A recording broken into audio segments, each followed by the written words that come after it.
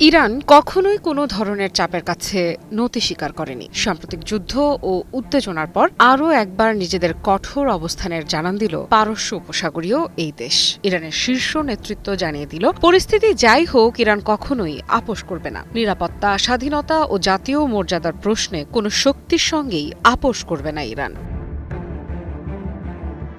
ইরানের Khatam al Anbiya central হেডকোয়ার্টার্সের commander major general Ali Abdullahi বলেছেন, ইরানি জাতি ইতোমধ্যেই প্রমাণ করেছে যে তারা নিজেদের নিরাপত্তা, স্বাধীনতা কিংবা মর্যাদা কোনো শক্তির কাছে বিক্রি করবে না।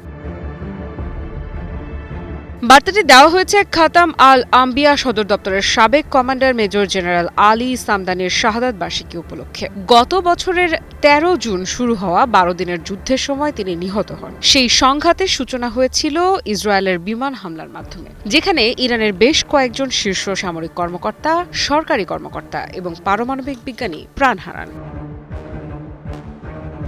আলী আবদুল্লাহি বলেন, ১৩ জুন শুধু একটি তারিখ নয়, এটি এমন এক প্রতিরোধের প্রতীক যা দেখিয়ে দিয়েছে ইরানি জাতি যুদ্ধ, আগ্রাসন ও সন্ত্রাসের মুখেও মাথা নত করে না। তার ভাষায়, এটি এমন একটি জাতির স্মারক যা আবারও বিশ্বকে জানিয়ে দিয়েছে যে নিরাপত্তা ও মর্যাদা কোনো দর কষাকষির বিষয় নয়। কিন্তু এখানেই শেষ নয়। ইরানের এই শীর্ষ কমান্ডার আরও দাবি করেন, ইসরায়েলের হামলার কিছুদিন পর যুক্তরাষ্ট্রও সরাসরি যুদ্ধে জড়িয়ে পড়ে। তেহরানের ভাষ্য অনুযায়ী মার্কিন বাহিনী ইরানের ৩টি পারমাণবিক স্থাপনায় হামলা চালায়, যা আন্তর্জাতিক আইন ও জাতিসংঘ সনদের লঙ্ঘন ছিল। এরপর কি করেছিল Iran?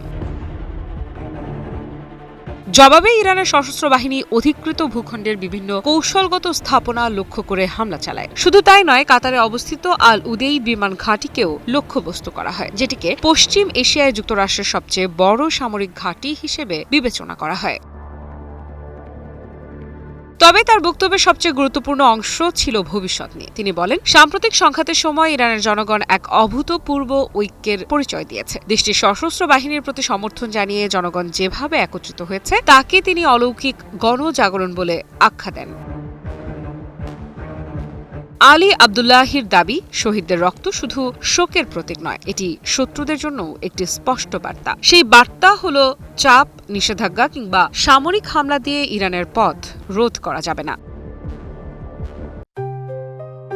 JBS holdings limited.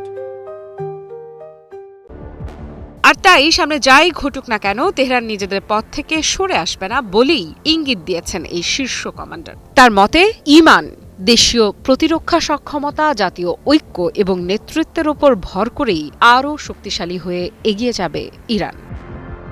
আফরিদা Ifrat, news 24।